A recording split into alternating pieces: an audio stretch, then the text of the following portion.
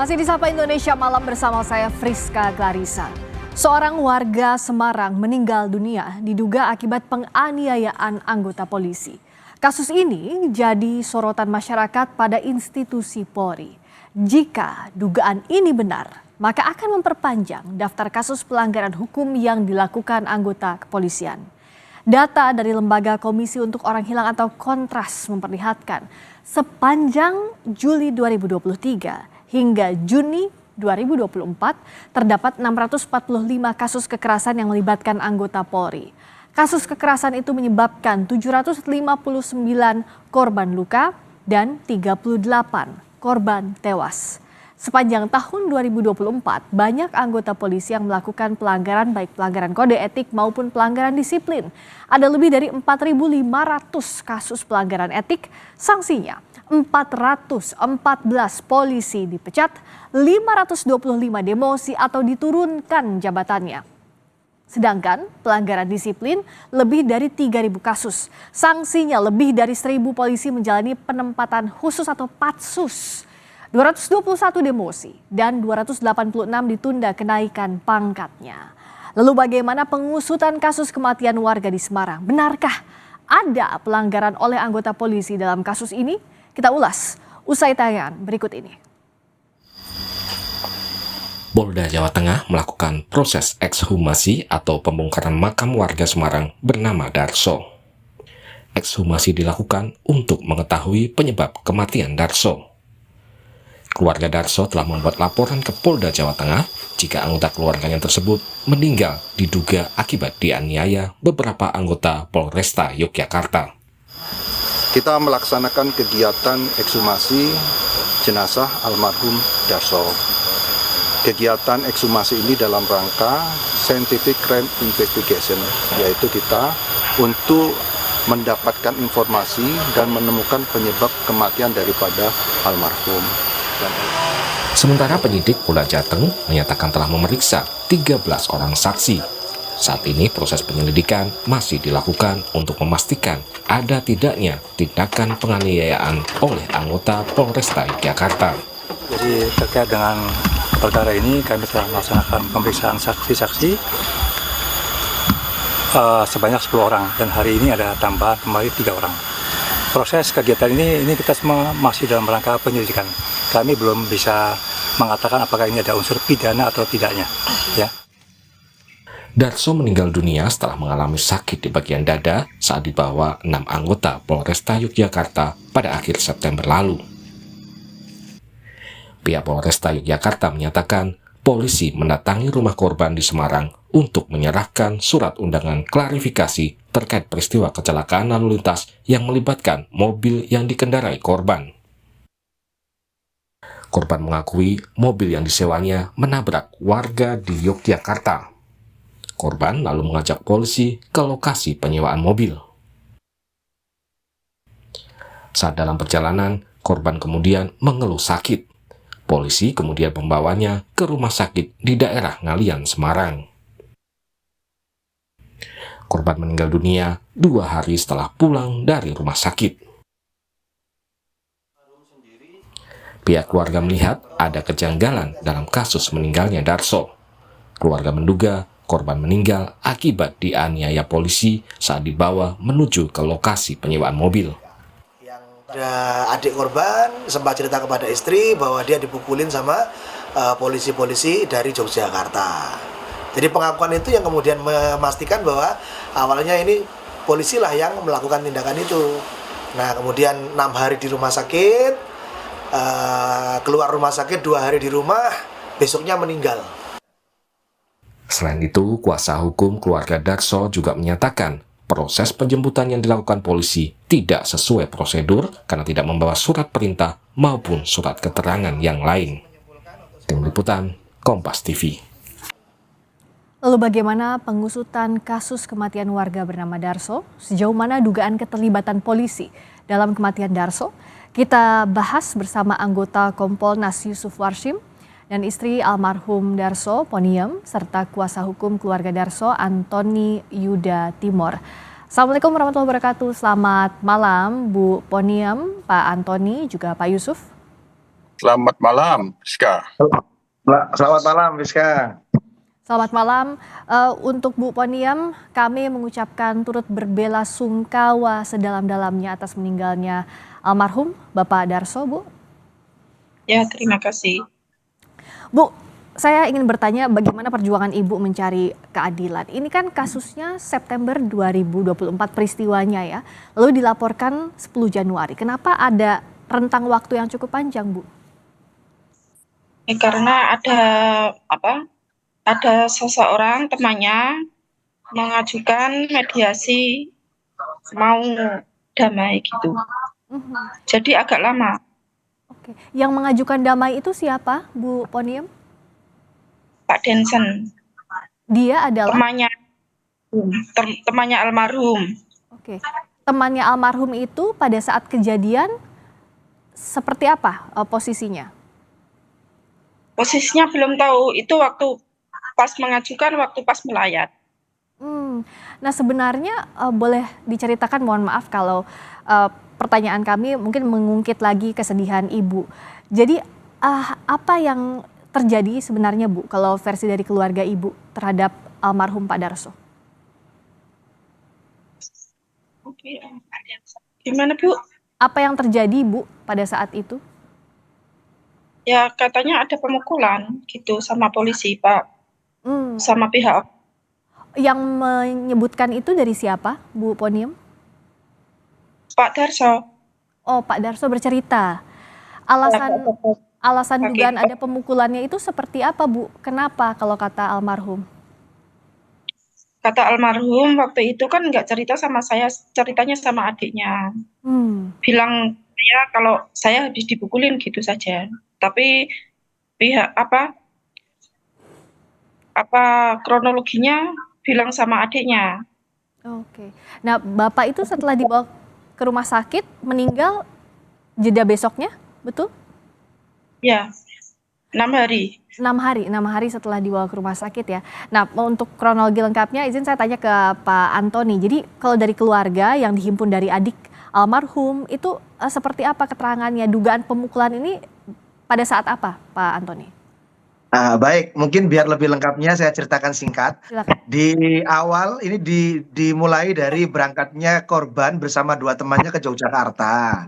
Di Jogja kabarnya ada laka lantas, yang mengendarai mobil adalah korban. Nah, korban laka lantasnya ini sudah dibawa ke klinik sebagai wujud tanggung jawab. Tetapi karena mungkin korban ini nggak punya duit, akhirnya ninggal KTP. Kemudian dia pulang ke Semarang. Karena ketakutan kaitan dengan biaya, kemudian termasuk juga mobil, korban ini berencana mau ke Jakarta dulu dalam rangka nyari duit untuk bertanggung jawab. Memang sempat pergi ke Jakarta 1,5 bulan sampai 2 bulan, kemudian dia pulang ke Semarang. Karena nggak ada hasil pulang ke Semarang, dapat 1 minggu di Semarang, tiba-tiba datanglah 6 orang ke rumah, yang 3 di mobil, yang 3 lagi turun ke rumah, itu mendatangi rumahnya korban ini. Disampaikanlah ke istri korban bahwa apakah benar ini rumahnya Pak Darso, mau ketemu dengan Pak Darso. Lalu istri korban mengatakan, oh iya betul Pak, kemudian masuk, Pak Darsonya diminta untuk keluar karena bangun tidur, kemudian istri keluar dari rumah, selang sebentar sekali Pak Darso sudah tidak ada. Jadi Pak Darso diperkirakan oleh istri dibawa oleh 3 orang tadi itu yang tidak dikenal, yang tidak membawa apapun, tidak memperkenalkan diri, tidak bawa surat penangkapan, tidak bawa surat tugas apapun, pokoknya langsung Pak Darsonya dibawa. Kemudian itu jam 6 pagi. Jam 8 pagi di tanggal 21 September 2024 itu, jadi selisih 2 jam dari jam 6 ke jam 8, 3 orang tadi datang lagi ke rumah Pak Darso, kali ini bersama Pak RT, dan mengatakan kepada Bu Darso bahwa bapaknya sekarang ada di rumah sakit. Tentu Bu Darso menjadi heran, kaget, ya kan? Lalu Bu Darso dibawa ke rumah sakit. Di rumah sakit ketemu dengan 6 orang. 3 orang yang tadi turun dan 3 orang yang di mobil, mestinya seperti itu. Oke. Baru kemudian, silakan lanjutkan dulu sedikit lagi Bapak. Baru kemudian ketika 6 orang ini meninggalkan rumah sakit, Pak Darso bercerita bahwa baru saja dipukuli oleh 6 oknum polisi. Yang lebih lengkapnya diceritakan pula kepada adiknya. Dan letak penganiayaan itu tidak jauh dari rumah, hanya sekitar 200-300 meter dari rumah. Oke, jadi diduga saat dibawa dari rumah itu sampai almarhum tidak sempat pamit kepada Bu Darso pada saat itu ya, Pak Antoni ya? Tidak pamit karena langsung dibawa dan Oke. nggak lama waktunya menurut cerita Pak Darso ya dipukuli di pinggir jalan itu, Apa dipukuli ya, kemudian dibawa ke rumah sakit. yang mengajak damai kalau tadi cerita Bu Darso itu siapa Pak? Apa betul ada 6 anggota polisi yang memberikan uang damai untuk keluarga? Kalau yang disampaikan Ibu tadi itu, kenapa kok lama dari 21 September sampai dengan Desember, sampai dengan Januari ya baru Ya? dilaporkan, ada orang temannya almarhum yang menawarkan jasa untuk bermediasi dengan para pelaku, itu. Oke. Memang setelah 6 hari di rumah sakit, kemudian pulang, 2 hari di rumah, hari berikutnya korban ini meninggal dunia, Pak Darso meninggal Oh, dunia. oke. Ya, nah kemudian setelah meninggal dunia, 6 oknum tadi itu yang diduga melakukan penganiayaan sempat datang ke Semarang. Datang ke Semarang, kemudian menawarkan uang 5 juta, Ya, tapi ditolak oleh keluarga. oke ditolak itu ya oleh pihak keluarga. Ditolak. Baik. Kemudian datang lagi yang kedua menawarkan 25 juta, tapi nggak ketemu kalau yang ini. Oh, Ditolak juga. Yang ketiga itu ibu ditelepon sama seseorang untuk mendatangi sebuah tempat. mmm, Kemudian tempat itu ibu datang ternyata sudah disodori uang 25 juta. oke. Nah, Nah, yang kedatangan pertama setelah terjadi korban meninggal dunia, kedatangan pertama itu 6 orang datang menggunakan seragam polisi. Makanya kami dapat memastikan bahwa ini adalah anggota polisi. Dari oke. seragamnya juga sudah jelas di foto-foto itu seragam dari Satlantas Polresta Yogyakarta. Mbak, kalau untuk, Pak Yusuf dari Kompolnas, apakah sudah, mengonfirmasi kepada polisi, apakah ikut juga menelusuri apa yang salah di balik kasus ini, Pak Yusuf? Baik, terima kasih Priska. Pertama tentu Kompolnas mengucapkan turut berduka cita yang sedalam-dalamnya atas berpulangnya ke rahmatullah Pak Darso, suami Ibu Oniem. Poniem ya. Kami turut berbelasungkawa.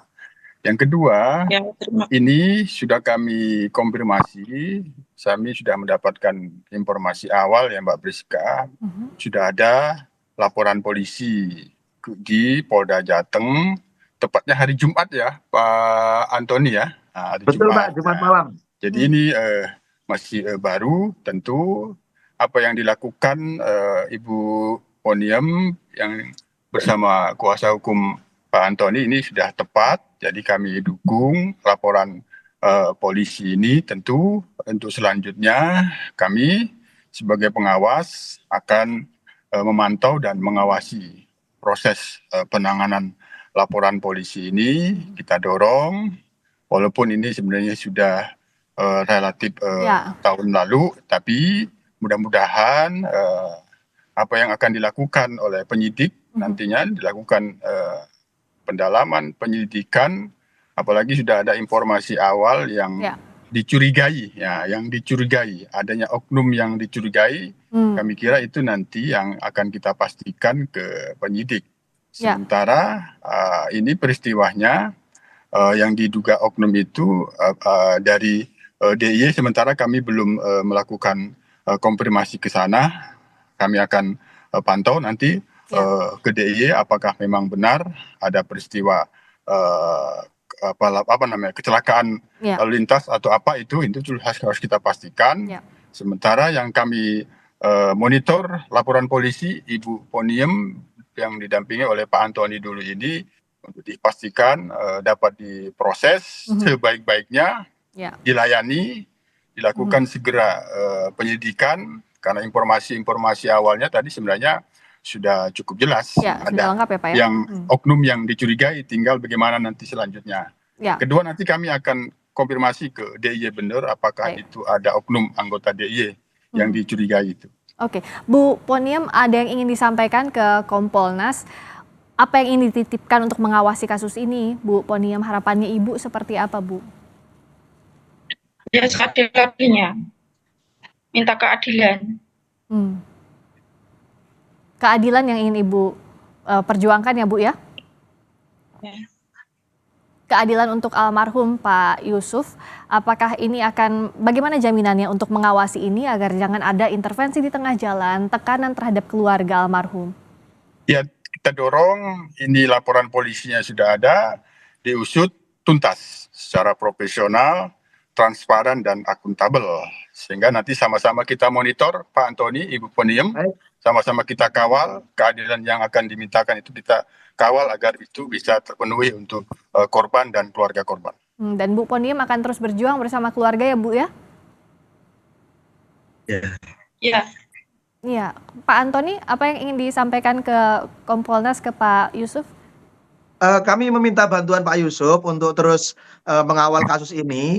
Mengenai 6 anggota yang diduga melakukan tindak pidana di Semarang ini, sebetulnya dari Polresta Yogyakarta kemarin sudah mengeluarkan rilis mengakui bahwa ada 6 anggotanya yang berangkat ke Semarang.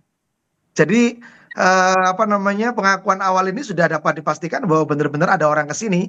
Tinggal nanti kaitan dengan tindak pidananya biarkanlah Polda Jawa Tengah yang akan mendalami lebih lanjut. Ya. Artinya nama-nama sudah ada semua ini. Ya, Pak Yusuf, transparansi kasus ini bagaimana publik bisa mengawasinya? Kompolnas kan banyak dititipkan kasus seperti ini dari publik agar ya bisa transparan, penyelesaiannya juga sampai tuntas. Betul, jadi kuncinya profesional, transparansi. Nah, sehingga tidak hanya korban dan keluarga korban, publik juga mendapatkan kepastian hukum ataupun keadilan masyarakat terkait dengan persoalan ini. Itu bahwa apabila ini bisa diusut tuntas, maka Polri benar-benar menunjukkan kepercayaannya kepada masyarakat itu secara luas untuk publik. Ya, kita sama-sama kawal agar transparan dan profesional untuk Polri mengawal kasus ini, untuk menuntaskan kasus ini, menegakkan siapa yang bersalah harus dihukum sesuai dengan porsinya, sesuai dengan ketentuan hukum pidana kita. Terima kasih Pak Yusuf Warshim, Pak Antoni, terima kasih Bu Poniem. Kami tahu ini berat sekali untuk Ibu untuk berada di layar ini, tapi kami berterima kasih karena Ibu bersedia meluangkan waktu malam hari ini, dan kami sekali lagi mengucapkan turut berbelasungkawa sedalam-dalamnya atas meninggalnya Bapak almarhum Darso. Terima kasih sekali lagi Ibu Bapak. Terima kasih Priska, Ibu Poniem, Pak Antoni. Terima kasih.